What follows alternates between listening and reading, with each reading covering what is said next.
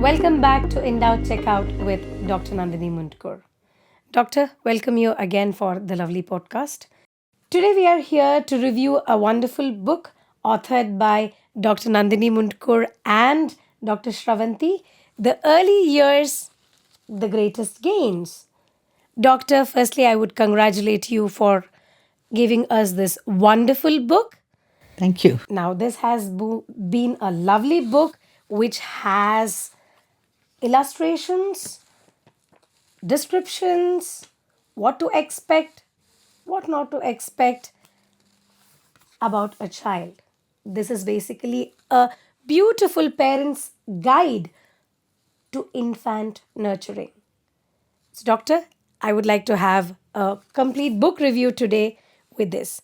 Now, before beginning, why this book? I have been for 30 years in child development, and my colleague, Dr. Shravanti, who's a child psychiatrist now and assistant professor, and him and we were discussed a lot about parenting and found that our Indian parenting for children in the infant years and the young infant below 2 years, there could be a lot which could do.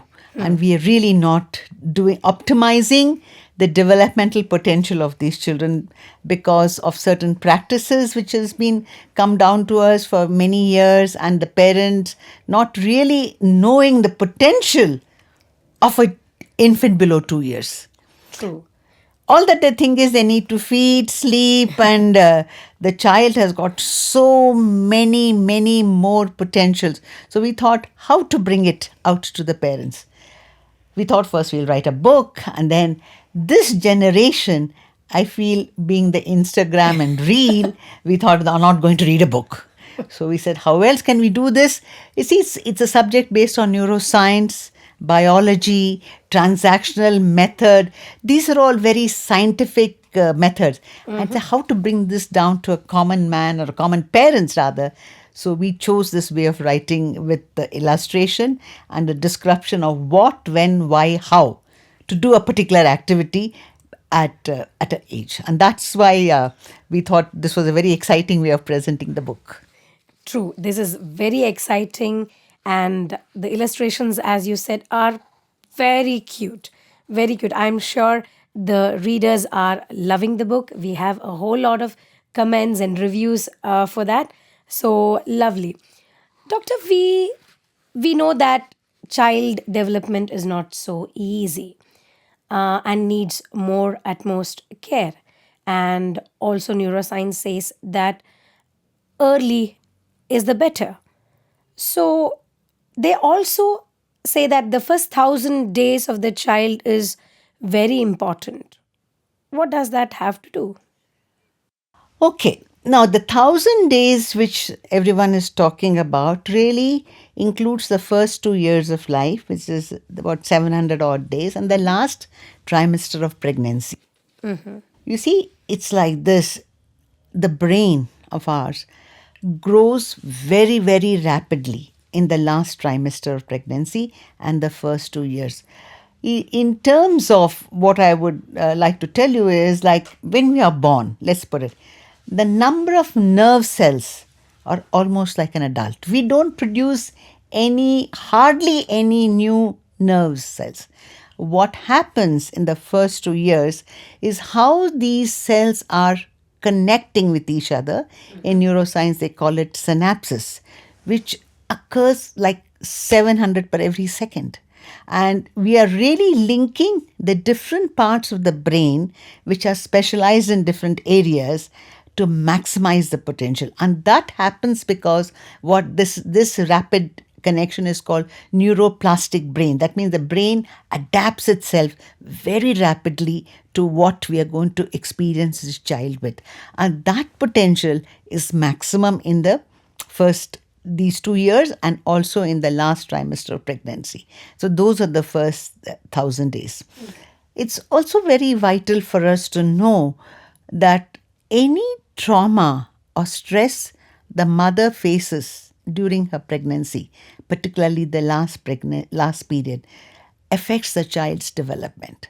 See, the right brain, which is our brain, is very sensitive to emotional development, whereas your left brain is all about language, intelligence, cognition. That really develops later.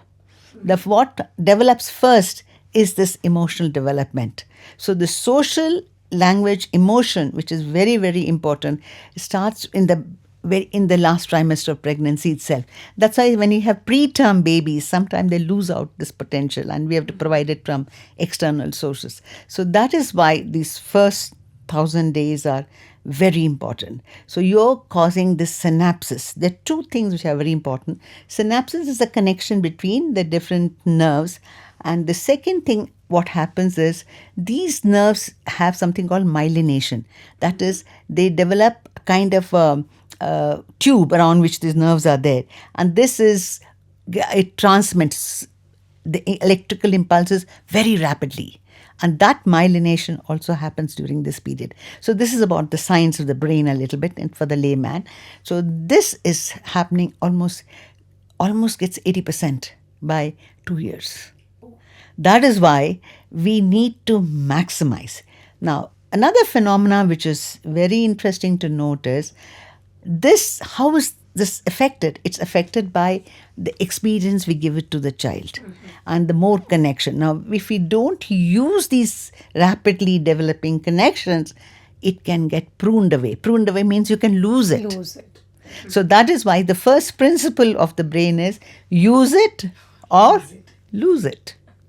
So you can imagine to maximize that, we have to really, really make the infant go through so many experiences so that it can maximize its potential. So you mean to say that it's not only after the birth that you rejoice or cherish or find ways to help the child, it's before the birth. So um, so I think that's why Indian tradition is great with that. There are many cultures, there are many traditions. There is a nice seventh or the 8th month semantam done to the mother to keep her well-being, and there were also practices of giving her food what she likes to keep her happy always. I see some of them are we are losing out some of the things. It's very sad that we are losing out, because what does the mother need to provide the best opportunity for a child is a happy mother. Okay. The mother, most of our disorders, of mental disorders in adult or children, is due to stress. And as I told you, the stress is directly transmitted to the infant. So if the mother is relaxed, and that's what this beautiful practices in the Indian culture is. By 7th month, they send the mother, and which is the blessed place to send, to a mother's home. Yes. So that she gets nutrition and she relaxes and she enjoys the pregnancy. So the baby comes out with less stress. And it's really sad if you're losing those practices. And not only that, it is also after the baby is born, for the first 40 days, the mother is just allowed to bond with the child. Yes. And they just feed and sleep, and she's not allowed to do any work. work, or she has that, and breastfeeding, which is so important. So that even 40 days of being just with your child, to bond with your child, was an amazing practices. They are, and we should follow them. We should follow them, right? I think feel. those are the priceless moments that Yeah. we as mothers get. So wonderful. Doctor, moving ahead, you have informed us that there are many values for the traditions and the cultures that we have already been practicing to be kept intact as we move. Do you really feel that a mother's well being, apart from all these external happinesses that are given to her, does a mother's well being affect a child's mental or physical health or a growth? Of course. What is mother's nutrition? Nutrition is very, very important. The breast milk which she secretes depends on the nutrition she gets. Mother's mental well-being is very vital for the child as it is growing up. Not just mothers. I mean, even the caregiver. In case the mother is busy, the caregiver. What is well-being is, you have to know that we as human beings are connected, like let's put it, our brain is connected to our body. Any stress which we experience, say anger, sad, or is expressed to the body, our expression, say anxiety, our heart rate goes up. We have butterflies in our stomach. We feel the internal, the body and the mind are connected. So are we connected to the another human being? For the baby, it is me and the other. The other, we are connected through a wonderful thing called mirror neurons. These mirror neurons are for compassion and empathy. Now, the baby perceives the mother's mental status when she will rear this child by the way she holds the baby, by the way she looks at it. There is so much of energy transmission, and the baby perceives if the mother is unhappy or if the mother is upset or depressed, and she shows it by the way she rears the child, and the child perceives this all along, even later on in years. So we are born, we are wired as social human being, and when we are wired as social human being, we nurture relationships. A social relationship is the most revered thing a human being enjoys, and that when it has with the caregiver, mother and the others, affects the child very much. So, doctor, there are many children who are now staying in orphanages all alone. Some of them are surrendered, some of them are left abandoned. So, do you feel that their initial days of their development, some children come as early as 2 days, some children come as early as 5 days, some children come at the age of 6 years to the orphanages. Do you really feel that those initial years of not getting socially connected to their parents will affect their upbringing? Social connection is to the caregiver. It can be the biological parents, it need not be the biological parents. But what the child needs is a constant caregiver who understands and perceives what the child wants and provides it to the child to keep it safe. Now, this is called attachment bonding. What is attachment bonding? Well, everybody will feed the child, everybody will put the child to sleep, everybody will nurture. But attachment bonding requires two more things. One is to keep this child secure and safe. We are wired. When I say wired means we are born. The newborn baby comes with this, that I will be looked after by my caregiver. They will keep me secure. They'll keep me safe. So when I'm ready to go and explore my world, I have a safe haven. Safe haven means I can come back to them for any stress. And that, I think, happens throughout the period for a child. So this is called the secure bonding. Now, how the child develops it, we will just talk about it. So this, if it is given, anyone, the child will have less problem. What happens in an orphanage is there are multiple caregivers. The child doesn't have an opportunity to bond with one caregiver. And neither is that when I have to look after multiple children, I don't have the ability to just take care of one. So they lose out on that in the early years. But I want to tell you something. Although this is most important to have a very secured bonding, one thing we must remember, that it gives a great advantage in life. But at any age, we can repair a relationship. That's true. That's wonderful. Right. At any age, we can repair whatever was done. Provided we get that individual in my life who gives me that priority. Like, I'll keep you secure, I'll keep you safe, and I will look after you. No matter what you are, I'm the safe haven. If that kind of person comes into the life of a child or even young adult, you can create a good. But that can be anybody. It can be a teacher. It can be parents. It can be a neighbor. It can be uncle, aunt. In the olden days when they had joint family, the child many times were attached to one of the relatives more than the parents. True. So that can happen anytime. but that individual should be there. Otherwise, we always say it's healthier to have a stronger child than to repair an adult who is, True. That's had true. problems. So it's Doctor, I've been listening to this term called as toxic parenting. What does that actually mean? okay. Toxic parenting is when a parent does, when there is violence in the family, or the child is abused, or a child is neglected and not given and not looked after, or there are a lot of discords in the house, and poverty, extreme poverty, when the child doesn't get any adequate nutrition, this brain is of a child is all stressed out already, so it's very vulnerable to mental disorders. Okay. So a toxic parenting is when the child abuses, hitting, punishment. This is what is toxic parenting, and it's child abuse basically in all form, emotional, physical, mental. That is in short is toxic parenting.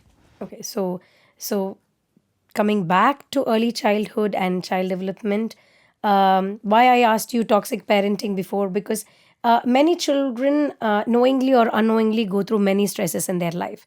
They may not be able to express it the way they can express because of the lack of language, or the ability to express, or the ability, or just the for the sake of being heard. Most of the children are not heard many of the times because parents feel that they know everything and they can relate everything. Now, coming back to the early child development, once the child comes to the world, usually parents feel that baby cries, feed the baby, it will play on its own, and put the baby to sleep in some time. And parents usually feel that what can that small child understand, and most of the time they feel that there are no skill sets in the children itself at that age. Is it true? Not at all. Not at all. The baby is born with lots of things, in the brain. Okay, first we talked about this experience that the baby comes, that I will be looked after. And the baby comes with all the sensations, that is, the touch, smell, vision, hearing, all intact. And it uses it from the day one of its birth. Do you know the child at birth can recognize his own mother? And it can perceive, who knows this, who's carrying the child, knows the touch of the mother, smell of the breast milk, her voice. The minute she speaks, the child can identify that voice. It can perceive all the sounds in the nature. That's why it identifies the mother's voice. It comes with lots of skill set.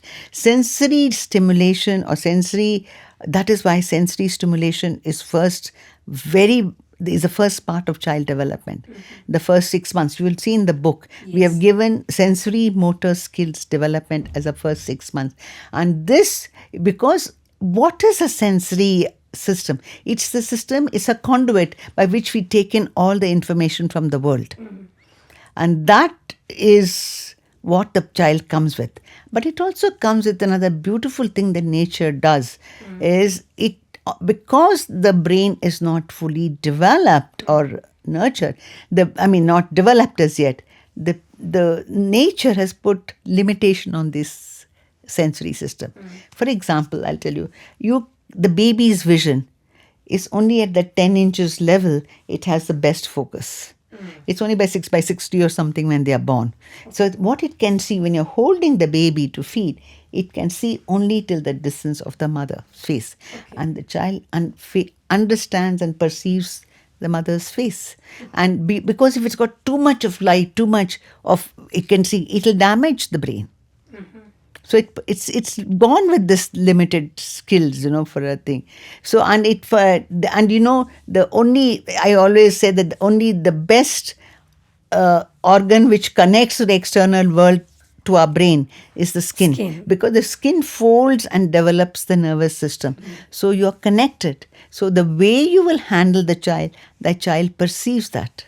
So the sensory system is very well developed in the newborn. Okay. And it knows, even as actually by as much as 3 or 4 days, they did a very good experiment.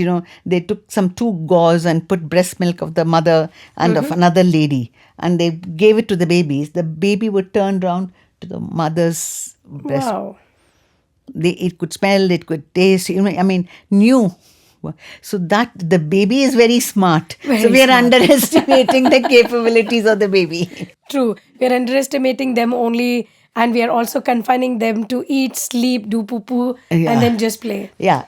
And that is true. That's their job. That's what they That's it. come with. That's a job. But how do we address this? Gives them the idea of attachment and so the baby, for example, gives lot of cues to us before it's stressed out. I was about to ask you the same. How do I now? I know as a mother, I have given everything to my child. I feed her, I change her diaper, I know when she cries, I know to lift her, I know all these things. But I sometimes the cues that you talk about get attachment. I feel that I'm attached to the child, but sometimes I feel I'm not able to understand. What do you mean by how do I get these cues from a child? Okay, now what is a stress? Now child is hungry and it's wailing away. The mother is somewhere, wah, wah, wah, it cries, and the mother comes and feeds and says, okay, that time. This child is already stressed out. He says, why does the mother, why do I have to cry? Now, for example, a mother who is very sensitive or very attentive to a baby will realize as soon as the baby gets up, it'll give you at least good for 5-10 minutes. It'll put his hand into the mouth, or I'll move around, or he'll make some sucking this thing to say, I'm hungry, feed me. That mother who takes these cues and feeds the baby, then the child gets, oh, my mom is so good. She knows how to read me. How does she know I'm hungry? And she feeds me. That is attachment. Okay.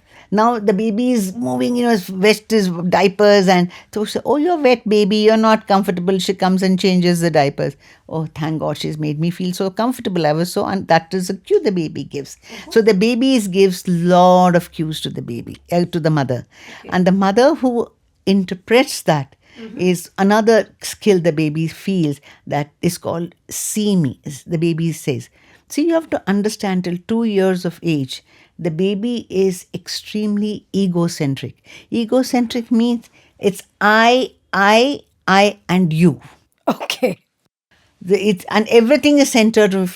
You have to do this for me. I'm hungry, feed me. If I change me, and you have to do it to my satisfaction, not stress me out. Okay. That is why this is called attachment bonding. Then the child feels very secure and safe. I have this person in life who just takes care of me. And you see, we are nurtured in such a way, the baby takes a long time to grow. It's a process. It takes, see, you nurture a child from birth to almost till teenagers, at different ages, at different requirement of the parents. Now we're talking about infants, so we'll stick to infants. So this is very, very important. And that's how the baby feels calm and nice. Because before it's stressed out, you've already taken care of it for the till it maybe. So crying and wailing and the baby comes. Sometimes then that is called the secure attachment, is that when you feel, the baby feels that I'm seen by my mother. She looks, I'm sorry I'm saying mother, it should be a caregiver. Anyone. Caregiver, anyone. Okay, so anybody. So that is what different cues it will give you. And you have to take that cue. Say when the baby is sleepy, for example. A mother who's sensitive, when he's roving eyes, you can just, okay, let me dim the lights and, let me make this ambience, or I'll rock the baby to sleep. And is taken. The baby says, wow. The wow factor is that. Okay, so it's not a timed factor; it's a wowed factor. Yeah, that is attachment. The wow factor is attachment factor. The more Time you are- factor is, fulfilling your chores. I know, no. Many of the parents, as far as I know, especially the Gen Z parents, are timed parents because they time everything. Oh, 12 o'clock, it's time to feed. Oh, it's 12 o'clock. Oh, it's a snap time. So I think more than timing it up, the more you're vigilant to the cues and the more you are attached to your child, I think that's a beautiful bond that you are creating within yourself and your child. And I'm sure, as you are telling, child is extra vigilant, extra smart. So he comes with all these inferences about the Survival. caregiver. Survival. He knows how to survive. I know. He demands it, and if he give it to me. I need it. I'm desperate. I'm dependent on you. True, true. Doctor, yes, that's in case of parents who are at home. But nowadays, we see both the parents working, they both are working professionals. They may give a little time, but later, due to all their workable factors, or they may have to get back to work. Now, with working professionals, do I still have to watch for these cues, or how will I connect with my child? No, you will connect with your child. You see, I told you, choose a good caregiver. I told you that it's not the parent alone. The child gets attached to, person who is fulfilling this can be. That is why if you have a family support, the grandparents play a very crucial role. My take on to all the young girls who married are, I say, be very good to your mother-in-law if you want to be a mother, because the mother-in-laws love their grandchildren. Whether you like it or not is a different issue, but be good. It's really it's because she can be a very good substitute for the mother, and the mother can be rested. I feel what they have to do now is to plan. When you are pregnant, look for that person who is going to take your place. Okay. And look for this quality. Is she got that, can develop that compassion, that empathy. See, when you're talking about the secure attachment, it's all about the non-verbal cues. It's how you hold the baby, how you sing to, how you talk to your baby, oh really baby, you're really hungry, here I am, come on, we can do it. You have to have that motherese voice, you have to have this high-pitched sing-song voice, you have to hold the baby. If you have somebody who's a matter of fact and say, yes, they have many caregivers who are feeding the baby, putting it, watching the television, it's of no use. You have to have these. If you can get these kind of a person to be there, I would plan it, and then that is smart thing to do. Otherwise, you have to choose a day. I mean, many children are sent away to daycare centers by 3 months, 4 months. Choose a daycare where you have these qualities in that lady who's looking after your child. So we have to compromise in life. The best compromises is when you have thought of and planned, and if you can do this, your child is not so vulnerable as it would have been otherwise, isn't it? But all in all, a single caregiver is important to address the needs of the child when the child demands it. Okay. Now, this is for secured attachment. Now, what happens when the child doesn't get it?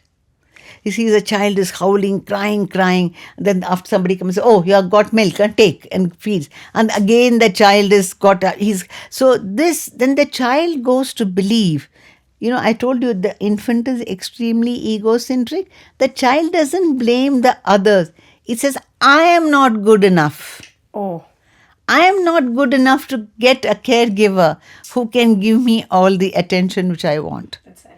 That's the sad part. That's why it's so important. The child believes, and that child grows up to believe very inadequate about themselves. And they don't trust themselves, and they also don't trust others. Okay. We find this clinging child or always asking for approval. They're all ambivalent, attached child. We call ambivalent is because kabhi haan, kabhi na. Sometimes the mother is responding, sometimes she's not responding. The baby doesn't know, last time she gave me the milk so fast, this time why am I crying and she's not even giving me anything. So the third set of this is, attachment, but it's called ambivalent, Okay. But still the baby feels that, but everybody can grow up and live. It's not survive, but feels the personality which we develop. Yeah. Is all how we have been read. That's why the first 2 years are so important to give a good, secured attachment. And if, like in orphanages, when the child stays for a long time and doesn't get anything at all, feels I have to look after myself. Myself. They go and reach out themselves. They help themselves, saying that I have no one for me. And they can be narcissists when they grow up. They don't care. You don't mean a damn thing to me in my life. It's me. That I kill you or that I keep you. I have to survive. So you can imagine how much traumatic it is for a baby. True. Whether You're I'm feeling so sad listening to it. You can I know. imagine what trauma the baby must be undergoing. I'm sure that babies go through a lot if I or the caregiver or any parent misses out on Yeah. those cues. Doctor, yes, every stage of a child's development is very important, but professional life is too important. Yes, now looking into all these things, I have planned my pregnancy, I have provided the best of the support, yet I go back to work after the fourth month. Now there is that gap again. As a parent, do you think I coming back and reconnecting with my child makes any difference, No, or no, no. The child will be okay. You can connect. You see, the child will be quite okay because you have that he's not felt the distress. It's not that only one person get attached. No? The parents play a crucial role. You can go back to work, you come back, and belong to the child. See what I want to. I recollect this mother who came to me. It was a high risk baby, was asked to follow up with me. So she came to me and was talking to me as I was asking her, okay, what happened? And the baby started crying. She said, Doctor, do you mind if I feed the baby? It's hungry. I said, of course. So I have a chair next door. She sat there and she put the baby to breast. You know what she did? She picked up her phone. I was about to ask you. I said, wow. Instead of, here we are telling, look at the baby, give smile, talk, and they, oh, baby, you're going strong, you're drinking milk, there's an opportunity. She just was working.